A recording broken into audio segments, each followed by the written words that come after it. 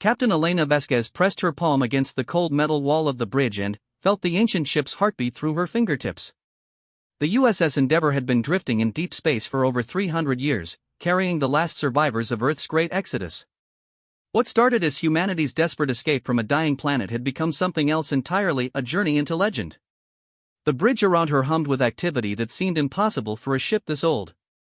Holographic displays flickered with data streams that younger civilizations couldn't even comprehend. The Endeavour wasn't just old, it was built during humanity's golden age of engineering, when they still believed nothing was impossible. "Captain, we're picking up massive energy signatures on long-range sensors," reported Lieutenant Commander Zhang from the navigation station. His dark eyes reflected the blue glow of his displays. "Multiple vessels approaching our position. Configuration unknown." Elena walked to the center of the bridge, her boots clicking against the polished metal floor. Around her, the crew of 200 worked at stations that had been designed by human hands centuries ago. Every system on this ship had been crafted with one purpose: survival against impossible odds. "How many ships are we talking about?" she asked, settling into the captain's chair that had been worn smooth by generations of commanders. "Initial scans show at least 50 vessels, Captain. Possibly more hiding behind energy shields." Zhang's fingers danced across his console. "Their technology appears highly advanced. Energy output readings are off our charts." The main view screen shimmered to life, displaying a tactical map of the surrounding space. Red dots appeared like angry stars against the black void, each one representing a ship larger than anything Elena had seen before. The formation moved with perfect precision, closing in on their position with mathematical certainty. "Ma'am, they're broadcasting on multiple frequencies," called out Communications Officer Park. "The translation matrix is working on it now." Elena stood and walked to the large window that dominated the front of the bridge. Through the transparent aluminum, she could see stars that had watched over humanity for millions of years. Somewhere out there, Earth was nothing but cosmic dust, but humans still survived. They always found a way. "Put the translation through speakers when ready," she ordered. Static filled the bridge for a moment before a voice emerged, cold, mechanical, utterly alien. "Primitive vessel. You have entered the domain of the hegemony. Your species is unknown to our databases. State your origins and purpose, or face immediate destruction." The crew fell silent. Elena could feel their eyes on her, waiting for orders that could determine whether humanity continued its long journey or ended here in empty space. She had been trained for moments like this, just as every captain before her had been trained. The Endeavour had faced impossible odds before. "Open a channel," she commanded. "Channel open, Captain." Elena stepped forward, addressing the alien fleet with the same calm confidence her ancestors had used when facing down superior forces throughout human history. "This is Captain Elena Vasquez of the human vessel Endeavour. We are travelers from a distant star, seeking passage through this region of space. We mean no harm and claim no territory." The response came quickly, filled with what sounded like amusement. "Humans. Yes, we have heard whispers of your species. Weak, short-lived, technologically inferior. Your vessel appears to be centuries old. Surrender now and your deaths will be swift." Around the bridge, Elena's crew exchanged glances. Some smiled grimly. Others simply returned to their work with the methodical precision that had kept humanity alive for 3 centuries in the void. "Mr. Chen," Elena called to her chief engineer. "What's our current status?" Chief Engineer Chen looked up from his station, his weathered face showing the kind of confidence that came from maintaining impossible machinery for decades. "All systems operational, Captain. The old girl's ready for whatever comes." Elena nodded. The Endeavour had been built during humanity's final golden age, when their engineers understood that survival meant more than just advanced weapons. It meant adaptability, resilience, and the kind of redundant systems that could keep working even when everything went wrong. "Tactical analysis, Mr. Rodriguez," she ordered. Lieutenant Rodriguez, the ship's tactical officer, had been studying the alien formation since it appeared. His report came crisp and professional. 53 vessels confirmed, Captain. Ship classes range from destroyer equivalent to what appears to be multiple dreadnought-class vessels. They're using energy shields and propulsion systems approximately 200 years ahead of standard galactic technology. However, what, Lieutenant? Their formation is perfect, ma'am. Too perfect. It suggests they've never faced an opponent that required adaptive tactics. Elena absorbed this information. Throughout human history, their greatest advantage had never been superior technology or overwhelming numbers. It had been their ability to adapt, improvise, and find solutions that nobody else would even consider. "Ma'am, the alien fleet is powering weapons," reported Zhang. "Energy buildup suggests they're preparing to fire." On the view screen, the red dots representing enemy ships began to pulse with increasing intensity. Whatever weapons they carried were clearly designed to obliterate targets completely rather than capture them. Elena returned to her command chair and activated the ship-wide communication system. Her voice would reach every compartment, every deck, every human soul aboard the Endeavour. "All hands, this is the captain. We are about to engage a hostile alien fleet. They believe we are weak because we are old. They believe we are helpless because we are outnumbered. They have never fought humans before." She paused, letting her words sink in throughout the ship. "For 300 years, this vessel has carried us through the darkness between stars. Our ancestors built her not just to survive, but to ensure that humanity would endure no matter what the universe threw at us. Today, we prove them right." The crew worked with increased intensity, their movements sharp and purposeful. Each person aboard the Endeavour had been born in space, raised on stories of Earth and trained to uphold the traditions that had carried humanity across the galaxy. "Weapons status?" Elena asked. "All defensive systems online," Rodriguez reported. "Kinetic barriers charged to maximum capacity. Point defense networks active. Torpedo tubes loaded with enhanced plasma warheads." "Engine status?" "Fusion drives operating at optimal efficiency," called Chief Engineer Chen. "Jump drive is spun up and ready.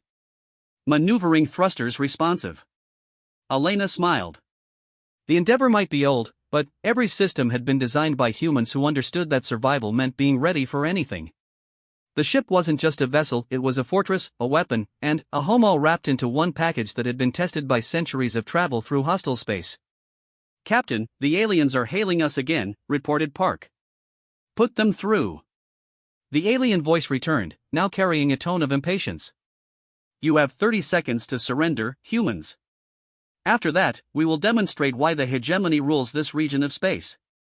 Elena stood and faced the main view screen, where the tactical display showed the overwhelming odds they faced. 53 alien warships against one human vessel that had been traveling through space since before these aliens had probably developed faster than light travel. "Unknown vessels," she said, her voice carrying across space to reach ears that had never heard human determination before. "You have made a mistake. You assume that age means weakness. You assume that being outnumbered means defeat.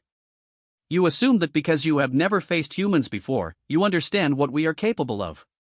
The bridge fell silent as Elena continued. "I am Captain Elena Vasquez of the human vessel Endeavour. We have traveled through the darkness between stars for 3 centuries. We have faced solar storms that could boil planets. We have navigated asteroid fields that could crush fleets. We have survived when survival seemed impossible. If you wish to test yourselves against humanity, then come. But understand that this ship was built by a species that never learned how to give up." The alien response crackled with static and what might have been anger. "Destroy them." Elena settled into her command chair as the tactical display lit up with incoming weapons fire. Dozens of energy beams lanced across space toward the Endeavour, each one carrying enough power to vaporize a small moon. "Evasive maneuvers," Elena ordered. "All hands, brace for impact." The ancient ship moved like poetry in motion, its hull singing as the inertial dampeners compensated for acceleration that should have been impossible for a vessel its size. The Endeavour had been designed by humans who understood that sometimes the best defense was simply not being where the enemy expected you to be.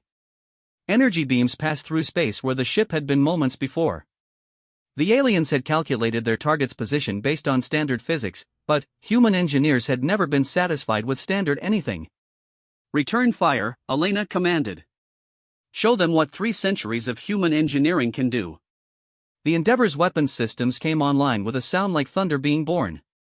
Plasma torpedoes launched from hidden tubes, their guidance systems locked onto alien vessels that suddenly found themselves facing something they had never encountered before, human ingenuity backed by desperate necessity. The first torpedo struck an alien destroyer amidships, and the explosion lit up space like a miniature star. The alien ship's shields collapsed under the impact, and secondary explosions rippled along its hull as human plasma burned through armor that had been designed to resist conventional weapons. Direct hit on enemy destroyer, Rodriguez reported, his voice carrying satisfaction. Their shields appear vulnerable to our plasma-based weapons. Elena nodded. Human weapons technology had developed along different lines than most alien civilizations. Where others relied on energy shields and directed beams, humans had perfected the art of controlled fusion explosions that could adapt to different types of defensive systems. Continue firing. Target their larger vessels. The battle continued with the Endeavour dancing through space like a ship 1/10 its size, avoiding enemy fire while delivering precisely targeted strikes against the alien formation. Each human torpedo found its mark, and each explosion proved that technological superiority meant nothing without understanding your opponent. The alien fleet began to spread out, abandoning their perfect formation in favor of tactics designed to surround and overwhelm their target. But the Endeavour had been built for exactly this kind of fighting, outnumbered, outgunned, but never outthought. "Captain, they're trying to box us in," Zhang reported. "Multiple groups moving to surround our position." "Then, we'll remind them why humans never stay in boxes," Elena replied. "Mr. Chen, prepare for emergency jump." "Jump drive ready, Captain." "On my mark." Elena watched the tactical display as alien ships moved into position around them. The enemy commander was thinking like a conventional strategist, using superior numbers to eliminate an opponent's ability to maneuver. But humans had never been conventional. Mark. Space folded around the Endeavour as its jump drive activated, carrying the ship across thousands of kilometers in an instant. When normal space reasserted itself, the Endeavour emerged behind the alien fleet, its weapons already locked onto targets that had never expected an enemy to appear in their rear. The next salvo of plasma torpedoes struck 3 alien cruisers simultaneously, overwhelming their shields and turning their hulls into expanding clouds of superheated metal. The precision of the attack sent a clear message: this wasn't just luck or superior technology. This was tactical brilliance combined with weapons that had been designed specifically to defeat overconfident enemies. "Enemy fleet is regrouping," Rodriguez announced. They're pulling back, Captain." Elena smiled. The aliens were learning what humans had always known, that sometimes retreat was the beginning of wisdom. But the lesson wasn't over yet. The hegemony fleet regrouped at the edge of sensor range, their perfect formations now broken and cautious. Admiral Keftar stood on the command deck of the flagship Dominion's Edge, his forearms clasped behind his back as he studied the tactical displays.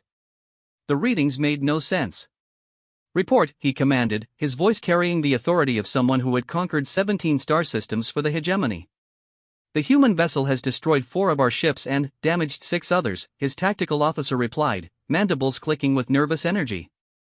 "Their weapons appear to use some form of adaptive plasma technology we've never encountered." Keftar's primary eyes focused on the display showing the human ship. It looked ancient, scarred hull plating, design aesthetics from centuries past, energy signatures that suggested technology far older than current galactic standards. Yet it had just accomplished something impossible. "How did they move behind our formation?" he asked. "Unknown, Admiral. Our sensors detected a brief spatial distortion, then the vessel simply appeared in a different location." Keftar had commanded hegemony fleets for 40 years.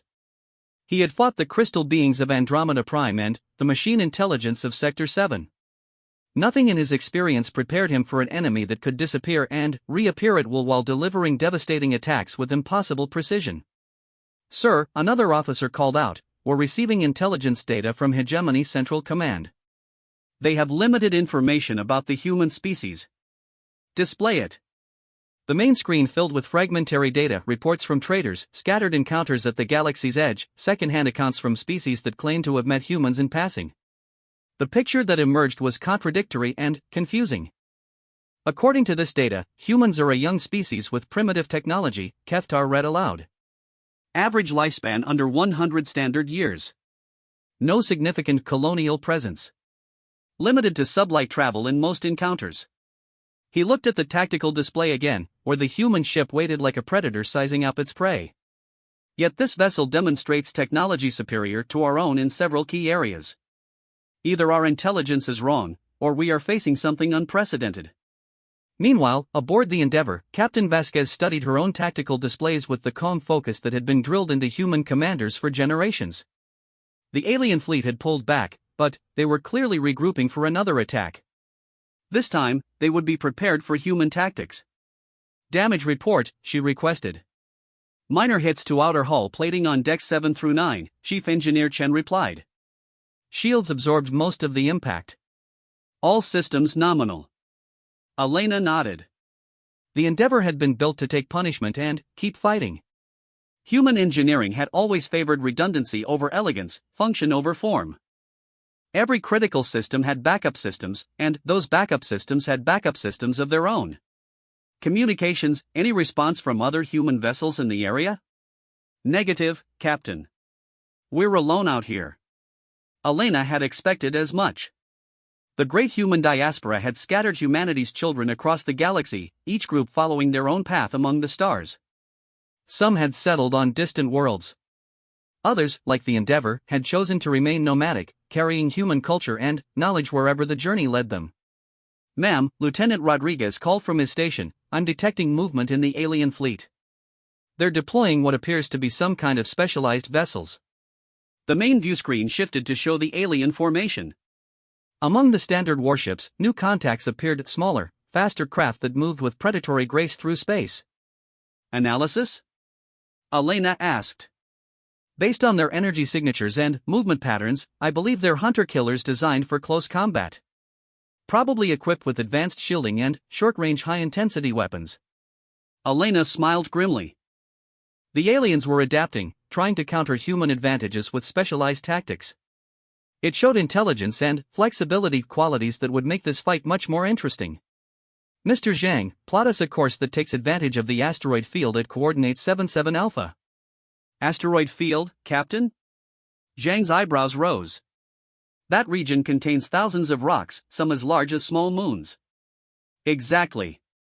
Humans have always been good at using the environment to their advantage." Elena activated the ship-wide communication system again. "All hands, we're about to enter an asteroid field while under pursuit by hostile forces. Secure all stations and prepare for extreme maneuvering. Engineering teams, I need maximum reactor output and full inertial dampener coverage." "This is going to get rough." The Endeavour changed course, heading directly toward a region of space that most spacefaring species considered navigational suicide. Thousands of asteroids tumbled through the void, their irregular orbits creating a three-dimensional maze that could crush unwary ships without warning. "Captain," Zhang said carefully, "our navigational computers are having difficulty plotting a safe course through that field. The asteroids are too densely packed for conventional navigation." "Then, we don't use conventional navigation," Elena replied. "Switch to manual control. Human reflexes and intuition." Zhang's hands moved over his controls, disengaging the automated systems that had guided the ship safely through space for decades. Now their survival would depend entirely on human skill and the kind of instinctive decision-making that no computer could replicate. The Endeavour entered the asteroid field like a needle threading through cosmic fabric. Elena stood behind Zhang's station, watching as her navigator made split-second decisions that kept them alive. Left to avoid a tumbling mountain of rock. Down to slip between two asteroids that ground against each other with the force of tectonic plates. Forward into gaps that appeared and vanished in seconds. Behind them, the alien fleet followed with obvious reluctance. Their perfect formations broke apart as reality forced them to navigate individually through the dangerous terrain. Several ships held back entirely, unwilling to risk their sophisticated hulls against the random violence of cosmic debris. "Enemy hunter-killer vessels are maintaining pursuit," Rodriguez reported.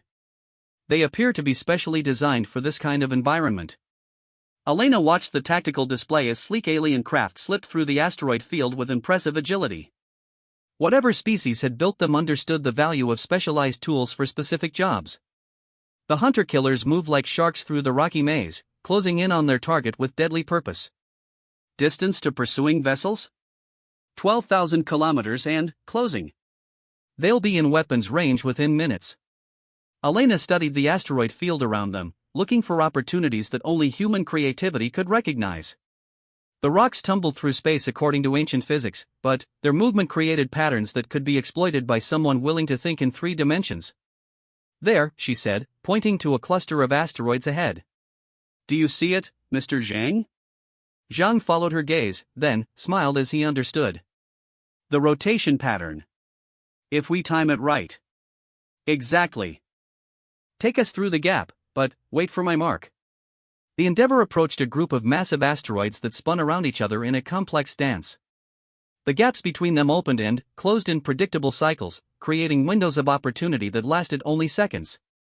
Behind them, the hunter-killer vessels accelerated, their commanders sensing that their prey was about to be trapped against the rotating rocks. Weapons charged as they prepared to finish what their main fleet had started. Now, Elena commanded. Zhang threw the ship into a spiraling dive that carried them between the spinning asteroids with mere meters to spare. Rock surfaces flashed past the viewscreen as the Endeavour slipped through gaps that existed for heartbeats before closing again. The first hunter-killer tried to follow the same path, but human timing and alien timing operated on different scales. The sleek vessel entered the gap a fraction of a second too late, and physics delivered the kind of lesson that no amount of advanced technology could overcome. The asteroid's rotation brought millions of tons of rock into contact with alien hull plating at relative velocities that turned metal into vapor. The hunter-killer disappeared in a brief flash of light, its destruction lost among the cosmic violence that surrounded them. Two more alien vessels fell to similar traps as Elena guided her ship through the asteroid field using human intuition and 3 centuries of accumulated knowledge about how to survive in hostile environments. Each enemy loss sent a message: advanced technology meant nothing without the wisdom to use it properly. We're approaching the far edge of the field, Zhang reported. Enemy status? Main fleet is holding position at the field's edge. Only 3 hunter-killers remain in pursuit, and they've fallen back to safer distances. Elena nodded. The aliens were learning caution, which meant they were also learning respect. But the real test was yet to come. Take us out of the field and into open space, she ordered. It's time to show them what the Endeavour can really do. The ship emerged from the asteroid field into clear space where the main alien fleet waited. Their formation had changed, looser now, more flexible, with obvious contingency plans for human tactics. Admiral Keftar was proving to be a quick learner. Captain, Communications Officer Park called out, "We're receiving another transmission from the alien fleet." "Put it through." The alien voice that filled the bridge carried new tones, curiosity mixed with wariness. "Human vessel. Your tactics are unexpected. We offer you terms. Join the hegemony as a client species. Your technology and methods would be valuable to our expansion efforts." Elena walked to the center of the bridge, considering the offer. Around her, the crew waited for her response with the patience of people who had spent their entire lives following leaders into impossible situations. "Open a channel." "Channel open, Captain." "Admiral Keftar," Elena said, using the name she had gleaned from intercepted alien communications. "Your offer is noted. However, you seem to misunderstand something fundamental about humanity. We don't serve. We don't kneel. We don't surrender. We find a third option." The silence that followed lasted nearly a minute before the alien admiral responded. "What third option, human?" Elena smiled, and her expression carried the confidence of someone whose species had been finding impossible solutions to unsolvable problems for millions of years. "We win." The Endeavour's weapons systems came online with the smooth precision of machinery that had been maintained by loving hands for 3 centuries. But, this time, the ship revealed capabilities that had remained hidden during the earlier engagement. "Mr. Rodriguez, deploy the resonance torpedoes." "Resonance torpedoes deploying, Captain." The weapons that emerged from concealed launchers looked different from the plasma torpedoes used earlier. These carried human innovation that reached back to the earliest days of space warfare, the understanding that every material had a frequency at which it would tear itself apart. "Target the lead dreadnought superstructure. Fire when ready." The resonance torpedo streaked across space at a significant fraction of light speed, its guidance system locked onto the massive alien flagship. When it struck, the explosion was almost anticlimactic, a brief flare of energy that seemed insignificant against the dreadnought's bulk. Then, the resonance effect began. Vibrations spread through the alien ship's hull, each wave perfectly tuned to match the frequency at which their advanced armor plating became unstable. What had been impossibly strong metal moments before began to shake itself apart at the molecular level. Cracks appeared along the dreadnought's surface, spreading like lightning as structural failures cascaded through systems that had been designed to resist conventional weapons. Within seconds, the massive warship broke apart under forces generated by its own hull materials. Impossible, the alien admiral's voice crackled through the communications channel. That vessel should have been invulnerable to anything short of a Nova bomb. Elena's response carried the matter-of-fact tone that humans used when explaining obvious truths. Every material has weaknesses, Admiral. Human scientists identified the resonant frequency of your hull composition 300 years ago. We've simply been waiting for the right time to use that knowledge. The demonstration had its intended effect. The alien fleet pulled back to extreme range, their commanders clearly reconsidering the wisdom of engaging an enemy who understood their technology better than they did. "You have our attention, human," Keftar transmitted. "What are your intentions?" Elena looked around the bridge at her crew men and women who had been born among the stars, raised on stories of Earth, and trained to carry human civilization wherever their journey led. They were the children of explorers who had never been content with safe, easy answers. "Our intentions are simple, Admiral. We intend to continue our journey. We intend to explore the galaxy. We intend to meet new species and learn new things. And we intend to make sure that anyone who mistakes human age for human weakness receives the kind of education they won't forget." The alien fleet maintained its distance as the Endeavour changed course, heading deeper into unexplored space. But Elena knew this wasn't over. The hegemony had just received its first taste of what humanity could accomplish when pressed into a corner. Their response would determine whether this became a story of first contact or the beginning of something much larger. Admiral Keftar stood in the war chamber of the hegemony command station, surrounded by holographic displays that showed the locations of every fleet under his authority. The massive space station orbited a dead star, its dark metal surface reflecting nothing as it consumed light like a cosmic predator. "Explain to me," Keftar said to the assembled fleet commanders, "how a single ancient vessel managed to destroy 4 of our ships and force the remaining 49 to retreat." The silence in the chamber carried the weight of military careers hanging in balance. Fleet Commander Vexhai, leader of the 3rd Assault Group, finally spoke. "Admiral, their technology operates on principles we haven't encountered before. The resonance weapon that destroyed the dreadnought Eternal Conquest used our own hull composition against us. Our engineers are still analyzing the wreckage." Keftar's forearms gestured to the tactical displays floating around the chamber. Each one showed different aspects of the encounter with the human vessel, weapon signatures, maneuvering patterns, energy readings that defied conventional understanding. "What concerns me," he said, "is not just their technology, but their tactical thinking. They used our own strengths against us. Our perfect formations became predictable targets. Our advanced sensors couldn't track their movement through the asteroid field. Our superior numbers meant nothing when they controlled the battlefield." "Sir," another commander interjected, "intelligence reports suggest this may be an isolated incident. The humans appear to be scattered across the galaxy in small groups. One ship, however, advanced, cannot threaten the entire hegemony." Keftar studied the officer with the kind of attention that had made him one of the hegemony's most successful conquerors. "Commander Jethar, you assume that technological superiority equals military superiority.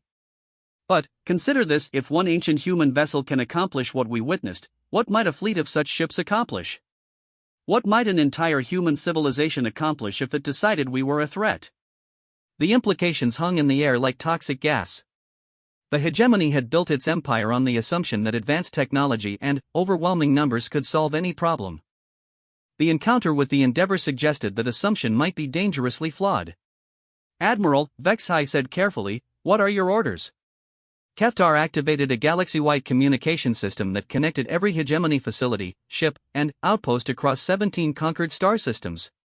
"All fleet commanders, this is Admiral Keftar. Effective immediately, any encounter with human vessels is to be reported directly to High Command. Do not engage unless attacked first. Do not underestimate their capabilities based on apparent technological age. The hegemony will reassess our understanding of this species before determining our next course of action." Meanwhile, the Endeavour continued its journey through space that had never felt the touch of human presence. Captain Vasquez sat in her ready room, reviewing after-action reports and contemplating the implications of their encounter with the alien fleet. "Enter," she called in response to a chime at her door. Chief Engineer Chen stepped inside, carrying a datapad and wearing the expression of someone who had spent the last several hours making disturbing discoveries. Captain, I've completed my analysis of the alien weapon signatures from our encounter. What did you find? Chen settled into the chair across from her desk, his weathered hands clasping the datapad like it contained dangerous secrets. Their energy weapons are based on principles that would have been theoretical to human scientists 300 years ago. But our current understanding suggests they're using controlled quantum vacuum fluctuations to generate destructive force. Elena raised an eyebrow. That should be impossible without massive power sources. That's what concerns me, Captain. If they can generate that kind of power efficiently enough to mount those weapons on their ships, then their civilization has access to energy sources we've only dreamed about. Elena absorbed this information.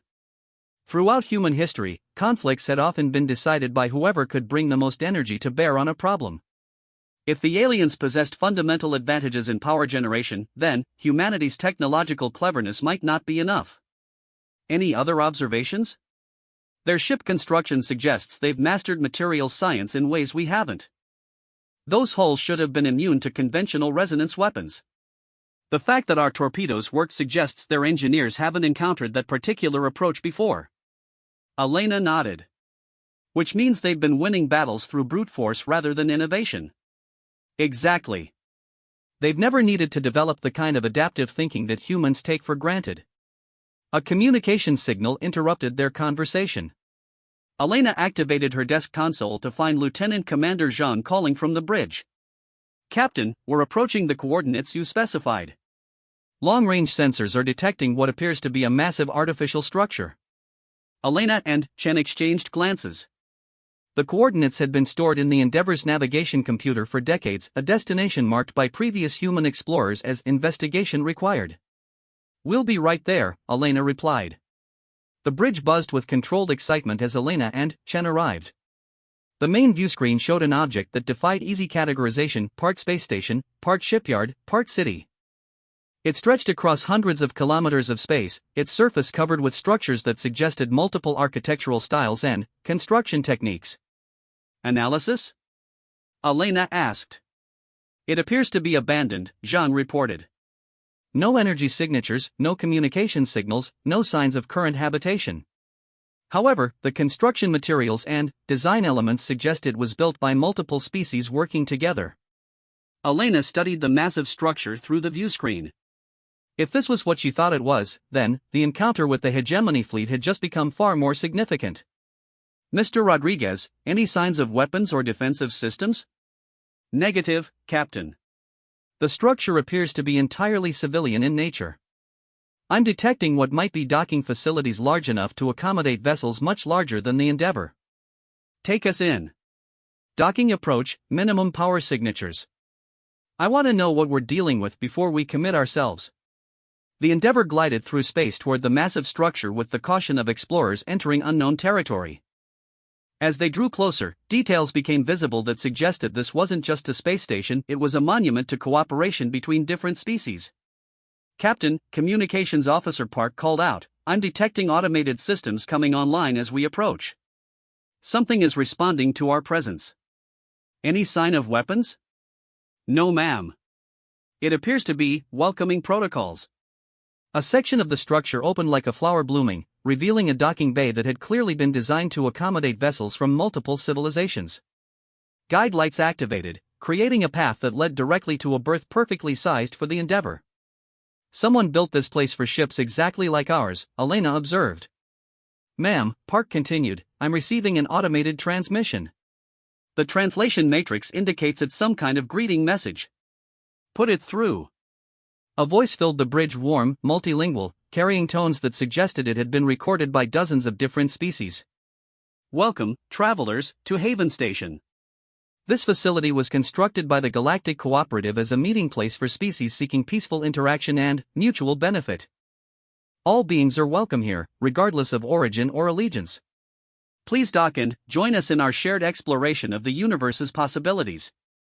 Elena felt a chill run down her spine. The Galactic Cooperative was a name from human historical files, an organization that had existed centuries ago, before the Great Dispersal that scattered humanity across the galaxy. Mr. Chen, does that name mean anything to you? The chief engineer's eyes had gone wide with recognition. Captain, the Galactic Cooperative was the organization that funded the original human exodus from Earth. They provided the technology and resources that allowed us to build ships like the Endeavour. Elena stared at the massive structure floating before them. If Chen was right, then, they had just stumbled upon humanity's lost benefactors, the aliens who had helped their species escape a dying planet centuries ago. Take us in, she ordered. But, maintain full alert status. If this is what I think it is, then, we need to understand what happened to our old allies. The Endeavour settled into its designated berth with the soft sounds of docking clamps engaging. Through the viewscreen, Elena could see that the docking bay was enormous, large enough to hold dozens of ships simultaneously. But, they were alone. Environmental readings? Elena asked. Atmosphere is breathable for humans, Chen reported. Gravity approximately 90% Earth standard. Temperature within acceptable ranges. However, I'm detecting trace elements in the air that suggest this station has been abandoned for decades. Elena stood and straightened her uniform. Mr. Zhang, you have the bridge. Mr. Rodriguez, Mr. Chen, you're with me. We're going aboard. The airlock cycled with the smooth efficiency of technology that had been designed to last for centuries. When the doors opened, Elena stepped into a corridor that felt hauntingly familiar despite being built by alien hands. The architecture combined human aesthetic sensibilities with design elements that clearly came from other species. Curved walls met angular doorways. Soft lighting revealed surfaces that seemed to shift between metallic and organic textures. Everything had been built on a scale that accommodated both human-sized beings and much larger creatures. Captain, Rodriguez said, studying his tricorder readings, I'm detecting massive data storage facilities throughout this structure. If the Galactic Cooperative kept records of their activities, those records might still be accessible. Elena nodded. Lead the way.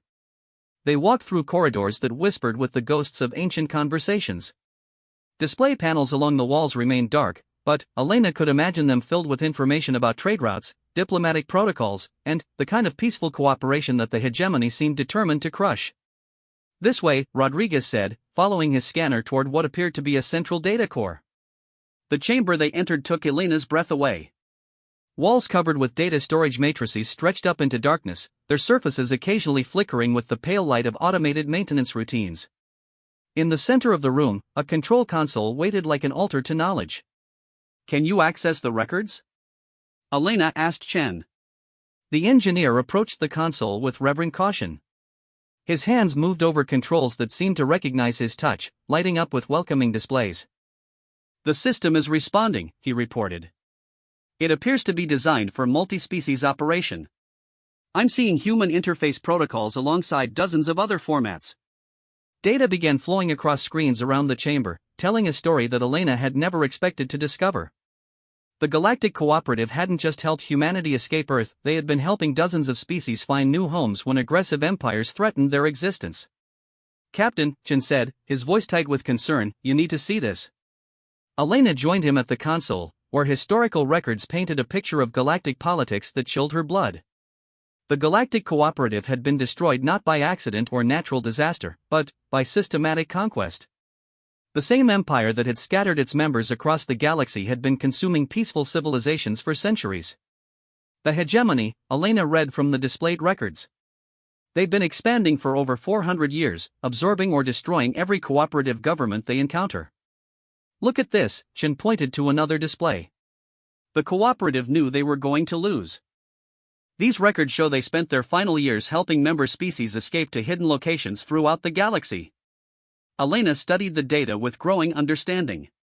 The Endeavour wasn't just a refugee ship carrying human survivors. It was part of a diaspora that included dozens of species, all of them scattered across the galaxy by the same organization that had tried to preserve peaceful cooperation in the face of imperial conquest. Mr. Rodriguez, can you determine if any other cooperative species are still active in this region? The tactical officer worked his way through the navigation records, cross-referencing the station's databases with current star charts. Captain, according to this data, there should be at least 17 different species with hidden settlements within 50 light-years of our current position. The cooperative established a network of safe havens throughout this entire region. Elena felt pieces of a cosmic puzzle falling into place.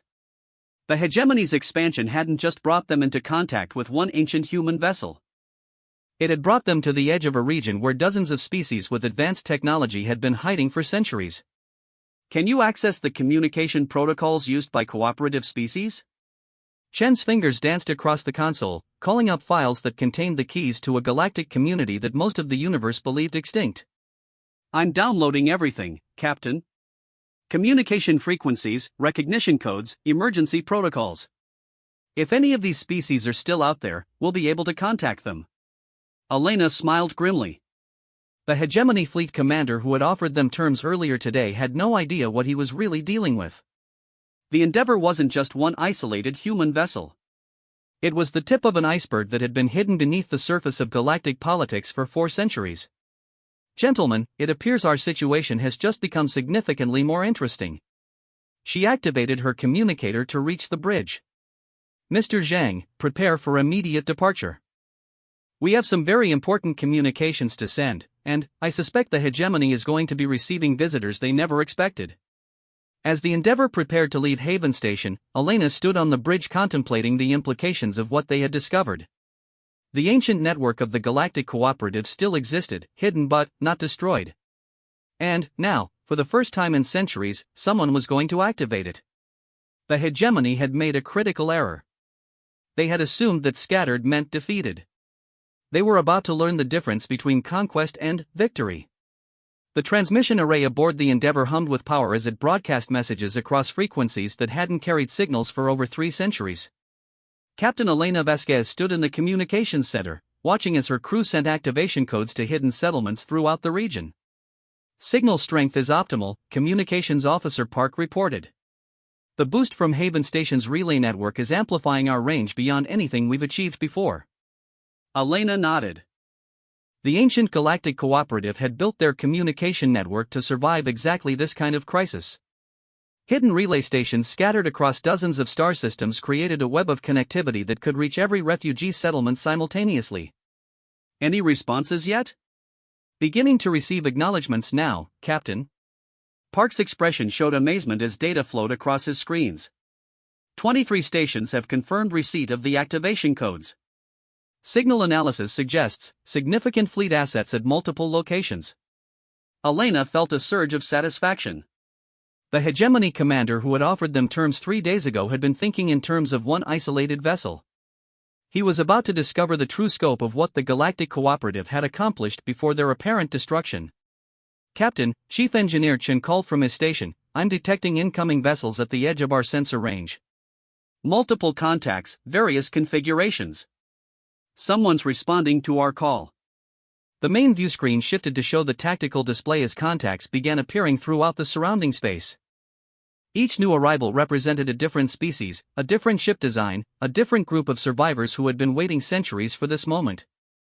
Elena activated the ship-wide communication system. All hands, this is the captain. What we're witnessing is the resurrection of the Galactic Cooperative, an alliance that helped humanity escape Earth and gave dozens of species hope for peaceful coexistence.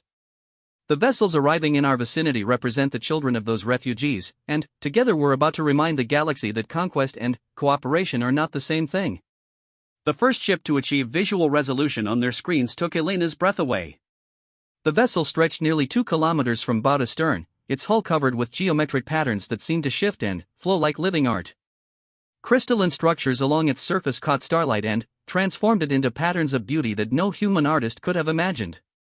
That's a Symmetry-class vessel, Chen said, consulting the cooperative databases they had downloaded. Built by the aesthetic engineers of the Vorthan Collective. According to these records, their ships are grown rather than constructed, using mineral matrices that can adapt to different combat situations. More ships appeared as hidden settlements responded to the call. Elena watched angular vessels that moved like predatory insects alongside organic ships that pulsed with their own internal light. Each design reflected the unique approach its builders had taken to the problem of surviving in a hostile galaxy. Communication incoming, Park announced. Multiple sources, unified channel. The translation matrix is coordinating input from 17 different languages simultaneously. Put it through.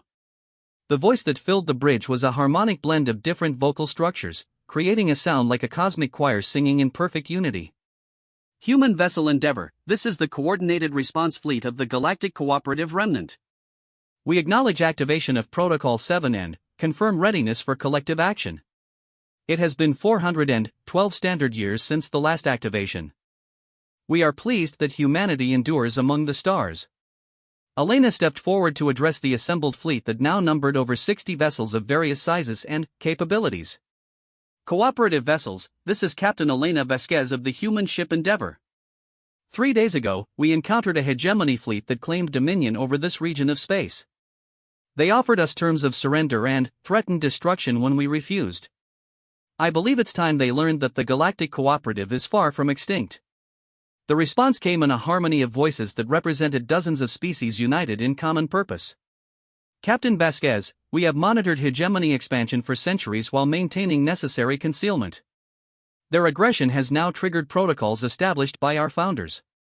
We are authorized to demonstrate that cooperative strength exceeds imperial ambition. Elena smiled. The survivors of the Galactic Cooperative had clearly spent their years of hiding well. This wasn't just a desperate alliance of refugees, it was a coordinated military force that had been planning for exactly this confrontation. What are your intentions regarding the hegemony fleet? Educational demonstration, Captain. They believe superior numbers and advanced technology guarantee victory. We will provide instruction in the tactical advantages of diversity, cooperation, and strategic patience. Elena looked around the bridge at her crew, all of whom were grinning with the anticipation of warriors who had just discovered they weren't fighting alone. Coordinated Response Fleet, the Endeavour requests permission to participate in your educational demonstration. Permission granted with gratitude, Captain. Humanity's courage in activating the emergency protocols has earned your species honorary command status for this operation. Please accept our tactical coordination data. Elena watched as information flowed into the Endeavour's computer systems, battle plans that accounted for the unique capabilities of 67 different vessels representing 43 species. The coordination required was staggering, but the results would be devastating. Mr. Rodriguez, analysis of the combined fleet capabilities? Lieutenant Rodriguez had been studying the incoming data with the fascination of someone discovering new possibilities for tactical innovation. Captain, this fleet possesses capabilities I've never seen before. Ships that can phase in and out of normal space, vessels that manipulate gravity fields as weapons, craft that appear to exist in multiple dimensions simultaneously. The hegemony's conventional tactics will be completely inadequate. Elena nodded. The Galactic Cooperative had always believed that diversity was strength. Now their descendants were about to prove that philosophy in the most practical way possible. All ships, this is the Endeavour. Set course for the hegemony fleet's last known position. It's time for humanity and its allies to remind the galaxy what cooperation can accomplish. The combined fleet moved through space like a coordinated dance of impossible grace. Each species contributed their unique advantages to the formation. Some ships provided sensor coverage that could penetrate any stealth technology, others generated fields that protected the entire fleet from energy weapons, still others served as mobile command centers that could coordinate actions across multiple dimensions of spacetime.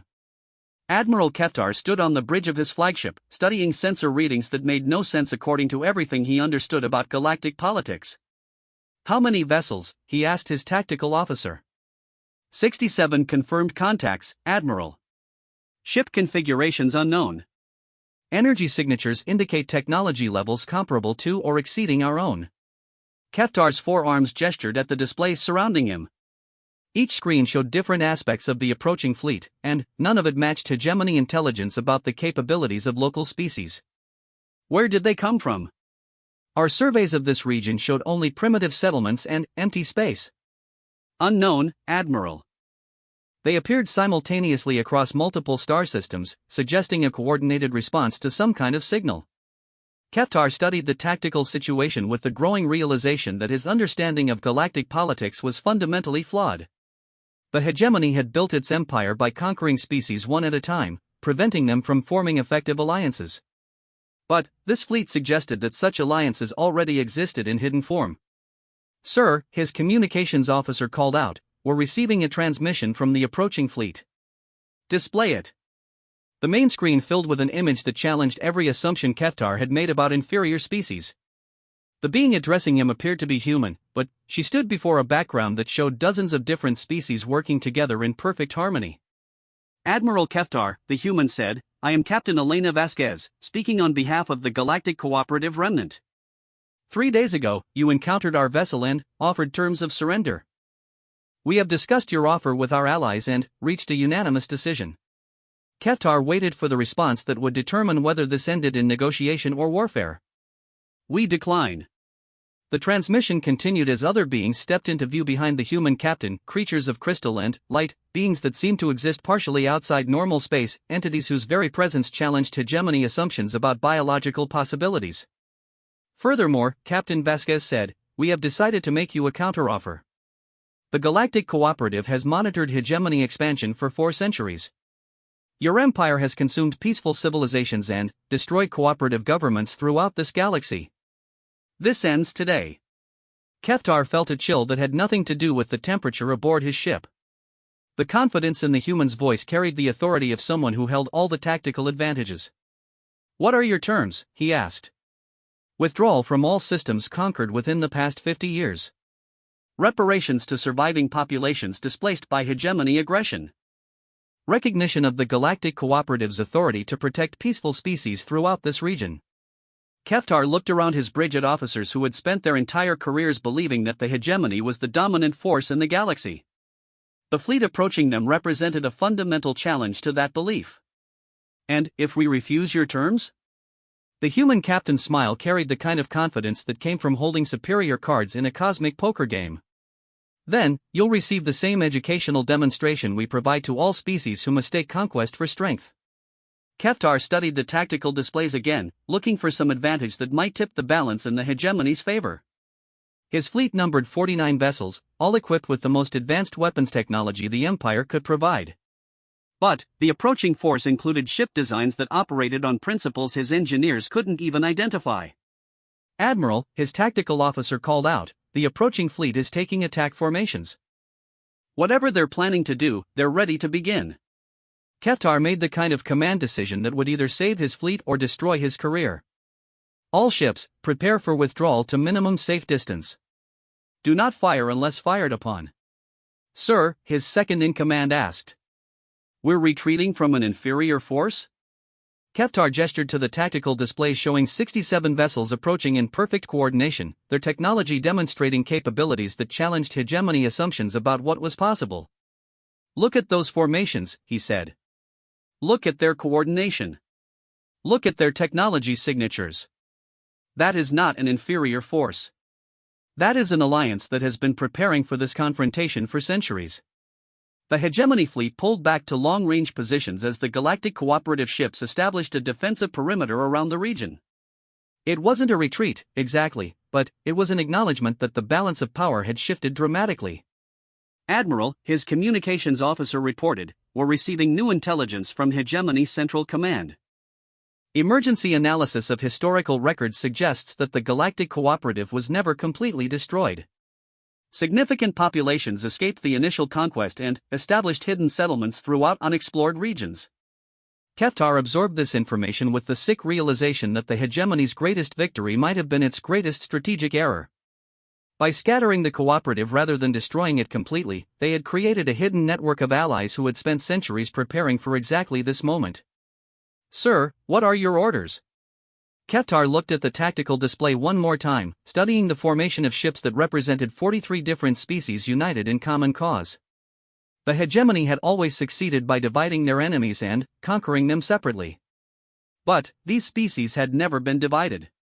Open a channel to the human captain, he commanded. Channel open, Admiral. Captain Vasquez, this is Admiral Keftar.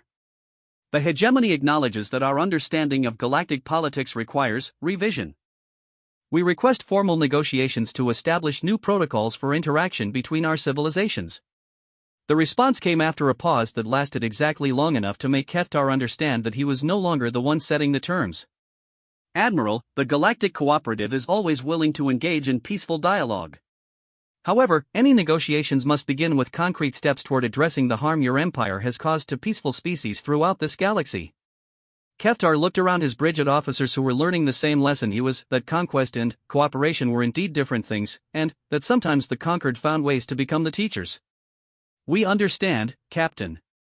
The hegemony will prepare proposals for reparations and territorial adjustments.